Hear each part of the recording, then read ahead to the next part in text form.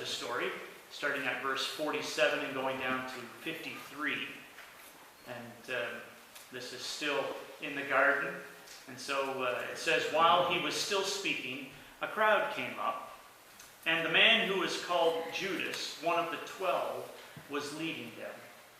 He approached Jesus to kiss him, but Jesus asked him, Judas, are you betraying the Son of Man with a kiss?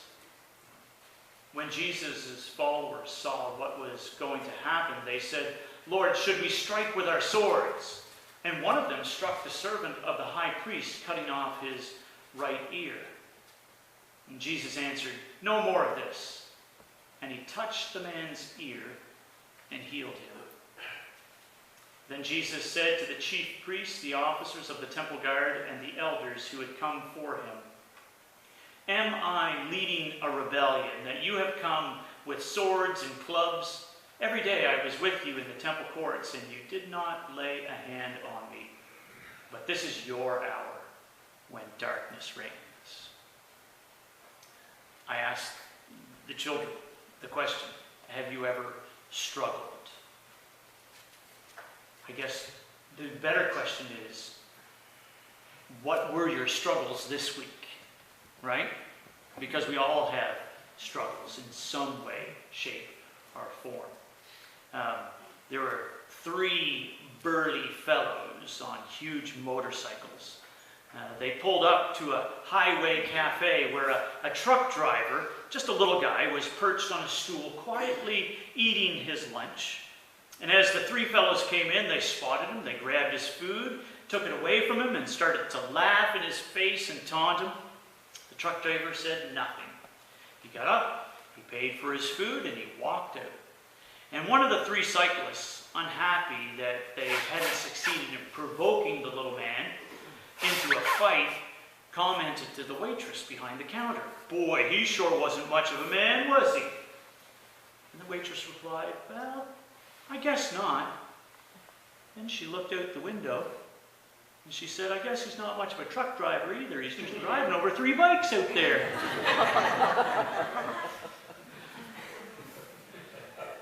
Today, we look at the fact, or that comment, when you struggle, Jesus rescues. You see, we all have struggles. We all have things that we struggle with, everything from health issues to money woes to wounds from the past, things that people have said or things that people have done, difficult relationships, maybe the death of a loved one. You know, just fill in the blank. What has been dogging you lately? What has been that barking dog in your life that has been the struggle? You see, we struggle. And even Jesus struggled himself. As we see in today's gospel account from Luke, Jesus is in the Garden of Gethsemane. It's a place that he and his disciples go often to, the Mount of Olives. They go there to pray, to seek God. And, you know, Jesus knows what lays ahead for him. He knows what's happening. He knows what's over the next hill. He knows that his friend Judas is going to be coming and betraying him and handing him over to the Jewish leaders. He's taken his disciples to the garden where they were to pray, to seek God's help in this time of struggle. And so he took Peter, James, and John, and he withdrew a little further from the rest of the disciples. He drew with his closest friends to share this struggle with them and to gain what he needs to face what's coming. And we see in Luke chapter 22, verses 41 to 44, it says that he withdrew about a stone's throw beyond them, knelt down and prayed. And this was his prayer. Father, if you are willing, take this cup from me. Yet not my will, but yours be done. I love this line that it says, an angel from heaven appeared to him and strengthened him. In response to that prayer, God sent help. And being in anguish, he prayed more earnestly,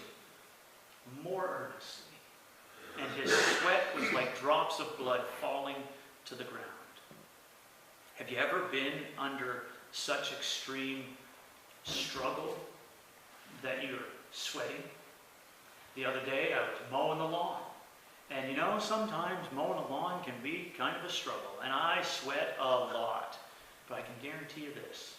I did not sweat drops of blood. I did not struggle that much. Was Jesus, however, trying to get out of his mission? He said, "Father, if you are willing, take this cup from me." You know something? I believe it is never wrong to express our true feelings to God. To be honest with him. To share with him our fears and our struggles. You see, Jesus showed his fear about what was coming. But he also reaffirmed his commitment to what God wanted to do. Not my will, but yours be done. The cup he spoke of meant the terrible agony he knew was coming. Not only the horror of the cross, but even worse, the total separation that he would experience on the cross when God's presence was withdrawn from him and he cried out, "Father, Father, why have you forsaken me?" That total separation. He knew that experience was coming. And so in order to take on the sin of the world, he needed to be strengthened. Dave Criddle, he says this. He says, knowing what's going to happen doesn't always help. Jesus knew what lay ahead of him as he prayed in Gethsemane, but he still struggled with it. He knew it was God's will, but he didn't want it to be. He knew it was right, but he didn't want it to happen. He was scared about what was to come. He knew that struggle. Have you ever known what was yet to come and struggled with that? I meet with lots of families who are at the brink of someone passing. And this week, I met with Jan and with her family in her home as that time was coming close for Doug. And I told her, I said, you may think that you're ready, but you're never really ready for the moment when it happens. You might think you're prepared, but you're never really prepared. And the same thing happened for Tracy and I, and when Brian passed as well. We all know struggles. And knowing what's going to happen doesn't always help. A fellow by the name of Jeremy Myers, I've included their pictures here. So Dave's on that side and Jeremy's on that side. He says, if you have ever found yourself thinking that life is hard, it may be helpful to remember that Jesus has gone through some of the same struggles that we have as well. And this is key, he understands. And he brings understanding into the very presence of God with the fact that he went through it. He wants to walk with you through these struggles and trials so that you don't have to face them alone. You see, Jesus turned to God and his friends. There was James, all the disciples were there, except for Judas, of course. But then James, John, and Peter were with him in that intimate circle. And he did this to gain help and strength. You see, Jesus turned to the Father. As we see in Luke 22:40-42, he says, on reaching the place, he said to them, pray. Pray that you will not fall into temptation. He withdrew about a stone's throw beyond them and knelt down, and as we already saw, he prayed, Father, if you are willing, take this cup from me. Not yet my will, but yours be done. You see, Jesus asked those three disciples, Peter, James, and John, to pray with him. And he said to pray that they would not fall into temptation because he knew that he would not be with them journeying further. Physically, he would not be with them.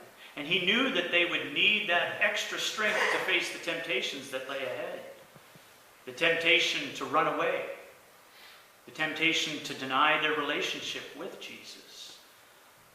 the temptation to think that their mission had failed or they had been deceived. And there was so many other temptations, I'm sure, that came along, but we know that Peter faced that temptation and he fell in the courtyards as Jesus was on trial. He denied knowing Jesus 3 times before the rooster crowed. Jesus told him that it was going to happen, and it did. And what happened after that? He went out and he wept bitterly. He knew what he had done. In my own walk with Jesus, when I struggle, I seek to have 2 responses. First and foremost is to pray, to seek his face, to seek his help, his strength. And the second is to turn to truth, to turn to the Word of God, to listen to the words of his truth that come along. This one passage may be one that you have turned to yourself for strength. In Isaiah chapter 40, verses 27 to 31, it says, "O Jacob, how can you say the Lord does not see your troubles? O Israel, how can you say God ignores your rights? Have you never heard? Have you never understood? The Lord is the everlasting God, the creator of all the earth. He never grows weak or weary. No one can measure the depths of his understanding. He gives power to the weak and strength to the powerless. Even youths will become weak and tired, and young men will fall in exhaustion." Can we read the rest of this together? "But those who trust in the Lord will find new strength. They will soar high on wings like eagles. They will run and not grow weary. They will walk and not faint." These are life words. They're not just words on a page. They are life words. You draw strength from these words when you face the challenges. They are words of trust. They are words that we gain perspective through. That God never grows weary, that God never grows weak, that no one can measure the depths of his understanding. These are words that give us perspective on his mind, on his fierceness for us in the midst of struggle. In his book, Detours, Sometimes Rough Roads Lead to Right Places, a fellow by the name of Clark Cawthron, he tells of a Christmas when his family encountered an unexpected house guest. A squirrel had fallen down their chimney into the wood burner stove in the basement of their Michigan home. And Cawthorn writes this. He says, I thought if it knew we were there to help, I could just reach in and gently lift it out. Nothing doing. As I reached in, it began to scratch about like a squirrel overdosed on an espresso, he said. We finally managed to construct this cardboard box. It was kind of a cage, complete with a large hole cut into one side into which the squirrel could then enter when we placed the box against the wood burner's door. We let it out after it went into the safety of our backyard. And later I thought about this. He says, isn't it funny how before its redemption, before its salvation, our little visitor had frantically tried to bash its way out of its dark prison. It seemed that the harder it struggled in its own strength to get free, the more pain it caused itself.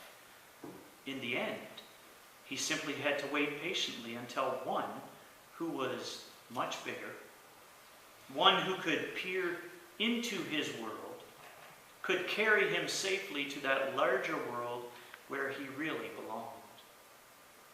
You see, that is what our God does for us in the midst of struggle. When we turn to him in prayer and we seek his face through truth, our God comes to us. Our God meets us where we struggle.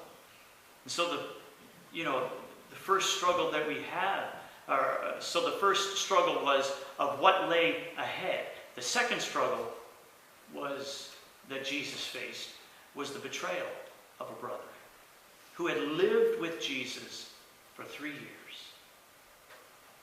Close, 24 hours a day. They ate together, they slept in the same area, they journeyed together. I was reading an interesting thing there the other day. Sometimes when we read through the Bible, we see him in this community, and then all of a sudden he's in this community. But the interesting thing is that usually there's a journey between those two communities. Some of the places, it was a 3 days walk. And so what are they doing in those walks? Well, he's talking. They're entering into each other's lives. He's teaching them. They're living life together. Judas lived life with Jesus. And you know something? There's a thing that we can see here is that Jesus trusted him. Jesus gave him leadership within the crowd. When you get a group together and form a committee, what are your first positions that you put into place? First, there's the what? The person in charge is the chairperson, right? And then the second person is usually the secretary to take notes, right, while you have your meeting. And then the third person, if you've got a group and you're making some money, if somehow is the treasurer. Part of that group of leadership within. Who was Judas? Judas was the treasurer. He was the one who looked after the purse. He was the one who looked after the money. When they needed some funds, well, Judas was the one who paid the bills. Jesus trusted him. And as we see in Luke 22, 47 and 48, it says, while he was still speaking, a crowd came up, and the man who was called Judas, one of the 12, was leading them. He approached Jesus to kiss him, but Jesus asked him, Judas, are you betraying the Son of Man with a kiss? We usually shake hands in these parts. But in some places in the world, if you get a kiss on both cheeks, right? That's a typical greeting. In this day, that was a typical greeting, was the kiss on the cheek. But what a kiss it was. Some people have called it the Judas kiss, the kiss of betrayal. Have you ever felt the sting of betrayal? Have you ever felt the pain of a Judas kiss, where somebody that you've trusted, somebody that you love, has betrayed either your confidence or has done something? What do you do with that? How do you respond? Rick Reener, he says this. He says, it can often be very difficult to rein in your emotions when you've been hurt. But the good news is that Jesus understands. In Hebrews 4:15, it says this, the high priest of ours understands our weaknesses, for he faced all of the same testings we do, yet he did not sin. This verse emphatically declares that although Jesus was God in the flesh when he walked on this earth, he still faced every temptation you and I face in life. As a result, this verse says that Jesus faced all these testings that we do, and that phrase, faced all, it comes from a Greek word, sympathio, which means to share an experience with somebody, to sympathize with and have compassion for someone. You see, what a comforting thought. Jesus emphasizes with every temptation, or empathizes with every temptation and struggle you face in this life. He identifies and sympathizes with you, and he has compassion for you regarding what you're feeling and the situation you're facing. You see, Jesus has been where you are. He has felt what you have felt or feel. He has overcome the temptations you are now trying to overcome. And because of his experiences, he understands the emotions, the frustrations, the temptations you face in life. There is no need to feel too embarrassed to go to our Jesus. If anyone can understand what you're going through right now, it's our Jesus. He has been tempted in all points just like you, yet he never gave in. As a result, he understands our dilemma.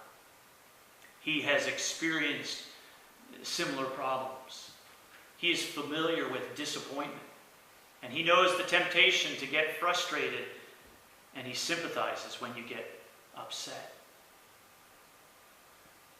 The interesting thing here that I was looking in Matthew's Gospel, in this reading the same account, I came across a verse in Matthew's Gospel that I thought was very interesting, in Matthew 26:53, where it says that Jesus was reminding his disciples of God's awesome power. And he says, "Do you think I cannot call on my Father, and he will at once put at my disposal more than 12 legions of angels?"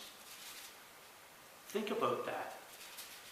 It was only one angel that killed every firstborn child in Egypt. If he had 12 legions of angels at his disposal, my goodness, that's a powerhouse. He could have called down, but you have to go back to the prayer. Father, not my will, but yours be done. You see, Peter was trying to prevent what he saw as a defeat. He didn't realize that Jesus had to die to gain victory. He didn't have clear vision at that moment. But Jesus demonstrated perfect commitment to his Father's will. His kingdom would not come with swords, but with faith and obedience. Again, Rick Reeder, he says this. He says, Jesus is on your side. Let me read that again. Jesus is on your side. And look at what it says in Hebrews 4:16. The very verse after the fact that we find out that Jesus has, experienced all temptations as we has, but without sin. It says, "So let us come boldly to the throne of our gracious God. There we will receive his mercy, and we will find grace to help us when we need it most." Come to our God. The next time you feel tempted to get upset or frustrated with someone, run to Jesus. Next time you're struggling with a car that's not working right, come to Jesus. Next time you're dealing with fill in the blank, with that struggle, come to Jesus. He's your faithful high priest.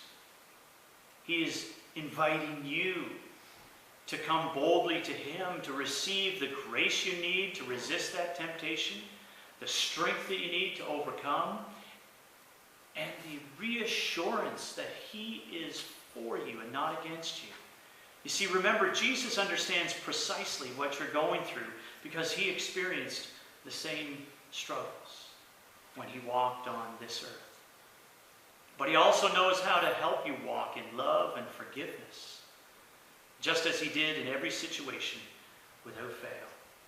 What was it that he said from the cross? "Father, forgive them, for they know not what they do." He had been betrayed. He struggled, but he turned to the Father. Even on the cross, he turned to the Father. He was betrayed, and he reminds us that God's awesome power is never ending. He understands. So come to him. Let's pray together. Father God,